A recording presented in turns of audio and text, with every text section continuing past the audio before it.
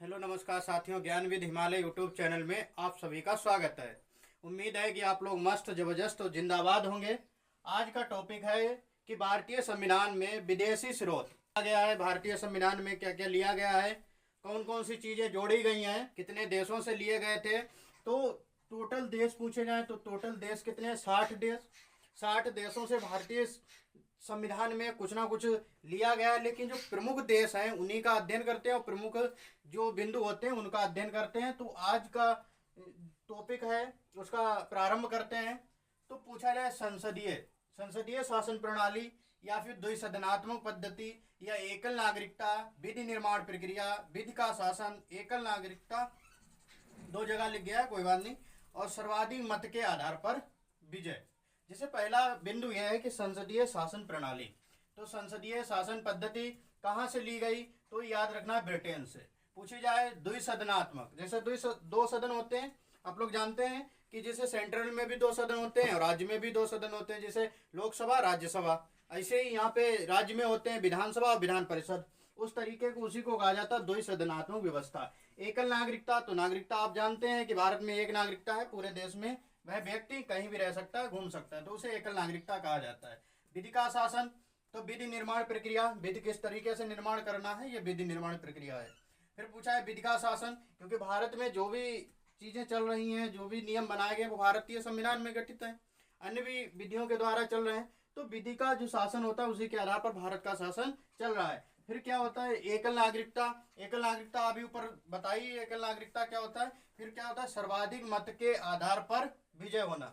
भारत में क्या होता है, जिसे चुनाव होता है तो उसमें सर्वाधिक मत होते हैं, तो उसी के आधार पर उसे विजेता घोषित कर दिया जाता है। तो सर्वाधिक मत के आधार पर विजय होना, ये किस देश की देन है? तो ब्रिटेन की। तो ब्रिटेन से समझ गए होंगे क्या क्या लिया गया। एक तो संसदीय शासन प्रणाली ली गई, द्विसदनात्मक व्यवस्था या एकल नागरिकता, विधि निर्माण प्रक्रिया, विधि का शासन, एकल नागरिकता और सर्वाधिक मत के आधार पर विजय। तो इतने जो बिंदु लिए गए ब्रिटेन से लिए गए। फिर पूछा जाए कि राज्यसभा में जो 12 सदस्य मनोनीत किए जाते हैं वह किस देश से लिए गए हैं, या पूछा राज्य के नीति निर्देशक किस देश की देन है, राष्ट्रपति का निर्वाचन मंडल। तो ये जो तीनों बातें ली गई हैं कहाँ से? आयरलैंड के संविधान से। राज्यसभा में 12 सदस्य का मनोनयन करना, और करता कौन है? राष्ट्रपति करता है। तो राज्यसभा में पूछा जाता है कि राष्ट्रपति कितने सदस्यों को मनोनीत करता है, तो 12 सदस्यों को। ये देन है किस देश की? आयरलैंड की। पूछा जाए राज्य के नीति निर्देशक, जिसे डीपीएसपी कहते हैं, 36 से 51 तक उनका अध्ययन करते हैं, 36 से 51 तक आर्टिकल जो होते हैं उनमें अध्ययन करते हैं, तो वो कहाँ से लिए गए? आयरलैंड से लिए गए। फिर पूछा जाता है कि राष्ट्रपति का निर्वाचन मंडल, राष्ट्रपति को के निर्वाचन में कौन कौन सदस्य कौन कौन वोट देंगे, ये सभी बातें निर्वाचन मंडल में बताई जाती हैं। तो राष्ट्रपति का निर्वाचन मंडल कहाँ से लिया गया? आयरलैंड के संविधान से। पूछा जाए मूल अधिकार किस देश की देन है, तो मूल अधिकार कहाँ से लिए? अमेरिका से। पूछा जाए प्रस्तावना के विचार कहाँ से लिए गए? अमेरिका से। अब राष्ट्रपति महाभियोग, राष्ट्रपति को जिसे हटाना है तो उस पर कौन सी प्रक्रिया लगाई जाती है? महाभियोग प्रक्रिया के द्वारा राष्ट्रपति को हटाया जा सकता है। किस देश की देन है? अमेरिका की। न्यायिक पुनर्वलोकन, तो पूछा जाए कि भारतीय संविधान में न्यायिक पुनर्वलोकन की बात किस देश से ली गई है, तो अमेरिका से। उपराष्ट्रपति का पद, तो उपराष्ट्रपति का जो पद है वो कहाँ से है? अमेरिका से है। और वित्तीय आपात, आपात 3 प्रकार के हैं भारत में। भारतीय संविधान 3 प्रकार के आपात की बात की गई, एक राष्ट्रीय आपात, राष्ट्रपति शासन और वित्तीय आपात। तो वित्तीय आपात पूछा गया कहाँ से? अमेरिका से लिया गया। वित्तीय आपात कहाँ से लिया गया? अमेरिका से लिया गया। उपराष्ट्रपति का पद भी अमेरिका से, न्यायिक पुनर्वलोकन अमेरिका से, और राष्ट्रपति पर महाभियोग, प्रस्तावना के विचार और मूल अधिकार, जिन्हें कहते हैं फंडामेंटल राइट कहते हैं, तो उन्हें कहाँ से लिया गया? अमेरिका से। फिर पूछा जाए प्रस्तावना की भाषा, क्या प्रस्तावना की भाषा? ऑस्ट्रेलिया से। समवर्ती सूची ऑस्ट्रेलिया से। केंद्र और राज्य के बीच संबंध जो है वो भी ऑस्ट्रेलिया से। संयुक्त बैठक ऑस्ट्रेलिया से ली गई। शक्तियों का विभाजन, केंद्र और राज्य में शक्तियों का जो विभाजन होता है वो कहाँ से लिया गया? ऑस्ट्रेलिया से। तो बात समझ में आई कि प्रस्तावना की भाषा, समवर्ती सूची, केंद्र राज्य के बीच संबंध और संयुक्त बैठक और शक्तियों का विभाजन, ये सभी पॉइंट कहाँ से हैं? ऑस्ट्रेलिया से। तो ऑस्ट्रेलिया देश से लिए गए हैं। फिर पूछा जाए शासन प्रणाली, ये जो शासन प्रणाली है वह कहाँ से? कनाडा से। और राज्यपाल की नियुक्ति कौन करेगा? राष्ट्रपति करेगा। या कहा जाए कि राज्यपाल की जो नियुक्ति की जाती है सेंट्रल द्वारा की जाती है। मतलब कहा जाए कि केंद्र द्वारा की जाती है। तो केंद्र में कौन प्रमुख होता है? जो भारत का प्रथम नागरिक होता है, राष्ट्रपति। तो उन्हीं के द्वारा क्या किया जाता है?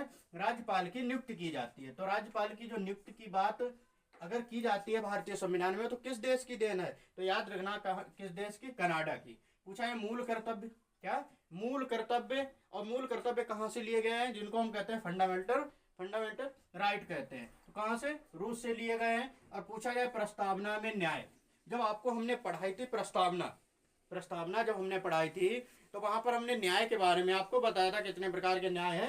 ये सभी बातें उस क्लास में हमने बताई थी। तो ये प्रस्तावना में न्याय और मूल कर्तव्य कहाँ से लिए गए? रूस से लिए गए। कभी कभी क्या होता है, रूस ऑप्शन नहीं दिया होता, तो वहां पर आपको लिख ये इस तरीके से मिलेगा, USSR। क्या मिलेगा? USSR। तो USSR मिले तब भी समझना कि रूस ही है। अब जिसे ये पूछा जाए कि गणतंत्रात्मक शासन, क्या? गणतंत्रात्मक शासन और स्वतंत्रता, समानता और बंधुत्व। स्वतंत्रता, समानता और बंधुत्व, ये चार जो बिंदु है, स्वतंत्रता, समानता और बंधुत्व, कहाँ से लिए गए? फ्रांस से। कहाँ से? फ्रांस से। गणतंत्रात्मक शासन व्यवस्था, स्वतंत्रता, समानता और बंधुत्व कहाँ से लिए गए? फ्रांस से। प्रस्तावना में हमने बताया था, प्रस्तावना के 4 स्तंभ बताए थे। प्रस्तावना के 4 स्तंभ में हमने बताया था, एक न्याय, स्वतंत्रता, समानता और बंधुत्व। तो न्याय किस देश की देन है? तो न्याय रूस से लिया गया, और स्वतंत्रता, समानता, बंधुत्व कहाँ से? फ्रांस से लिए गए।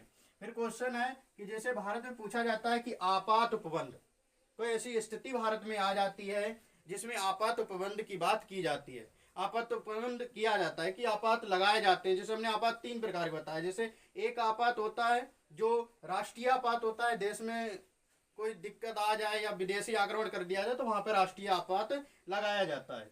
और राष्ट्रपति शासन, अन्य कोई समस्या देश में, राज्य में कोई समस्या हो जाती है तो वहां पर राज्यपाल या ना हो या सीएम ना हो तो वहां पर राष्ट्रपति शासन लगा दिया जाता है। तो राष्ट्रपति शासन जो लगाया जाता है वह भी राष्ट्रीय आपात के अंतर्गत आता है। और एक होता है वित्तीय आपात। वित्तीय आपात हमने अभी बताया अमेरिका से लिया जाए। कहाँ से लिया गया है? वित्तीय आपात अमेरिका से। तो आपात 3 प्रकार के, राष्ट्रीय आपात, राष्ट्रपति शासन और वित्तीय आपात। राष्ट्रीय आपात 352, राष्ट्रपति शासन 356 और वित्तीय आपात 360 में बताया गया है। ये आर्टिकल है संविधान के जहाँ पर इनका उल्लेख किया गया है। तो आपात उपबंध पूछे जाए कहाँ से? जर्मनी से लिए गए। पूछा जाए संविधान में संशोधन, कुछ चीजें ऐसी हैं जो पहले उनकी आवश्यकता पड़ती होगी या नहीं, या अब स्थिति को देखते हुए संविधान में कुछ संशोधन करने के लिए भी प्रावधान रखा गया है। तो सब संविधान में संशोधन करते हैं, निम्न विधियां हैं, उनके आधार पर संविधान में संशोधन किया जाता है। लेकिन पूछा जाए कि संविधान संशोधन व्यवस्था किस देश की देन है, तो याद रखना किस देश की देन है? दक्षिण अफ्रीका की। किस देश की देन है? दक्षिण अफ्रीका की। पूछा जाए कहाँ से लिया गया, तो दक्षिण अफ्रीका से संविधान संशोधन की बात ली गई है। तो पूछा जाए कि भारत शासन अधिनियम 1935 था। भारत शासन अधिनियम 1935 को क्या कर दिया गया? समाप्त कर दिया गया। और पूछा जाए भारत की जो देन है, पूछा जाए भारत शासन अधिनियम किस देश की देन है, तो भारत की है। किसकी है? भारत की, जिसको अब क्या कर दिया गया है? समाप्त कर दिया गया। जैसे पहले का जो संविधान था, भारत के नियम चल रहे थे 50 से पहले, तो वो 35 के ही आधार पर चल रहे थे। किसके आधार पर? 35। जो भारत शासन अधिनियम उनसे 1935 था। जैसे ही 26 जनवरी 1950 को भारतीय संविधान लागू होता है, भारत शासन अधिनियम 1935 क्या कर दिया जाता है? समाप्त कर दिया जाता है। उनके जो नियम थे भारत शासन अधिनियम के, जो विधियां थी, नियम थे, उनके आधार अब भारत का शासन नहीं चल रहा है। तो अब भारत का जो शासन है, विधि का शासन है या अन्य जो शासन चल रहा है, वह किस आधार पर चल रहा है? तो भारतीय संविधान के आधार पर चल रहा है। तो भारतीय संविधान में विदेशी स्रोत इस तरीके से थे जिनको हम लोगों ने बहुत अच्छे से समझा है। और भी अगर कोई समस्या आपकी रही है कि जो क्लास में समझ में नहीं आई है, तो आप लोग हमारा एक व्हाट्सएप ग्रुप है उसको ज्वाइन कर सकते हैं और अपने डाउट वहां से क्लियर कर सकते हैं। तो डिस्क्रिप्शन में उसकी लिंक दे दी जाएगी। तो क्लास अगर अच्छी लगी हो, उम्मीद है कि अच्छी ही लगी होगी, तो इसलिए आप लोग क्या करें? सब्सक्राइब करें, जिससे सबसे पहले क्लास का नोटिफिकेशन आपके पास पहुंच सके। लाइक करें, शेयर करें और कमेंट करें।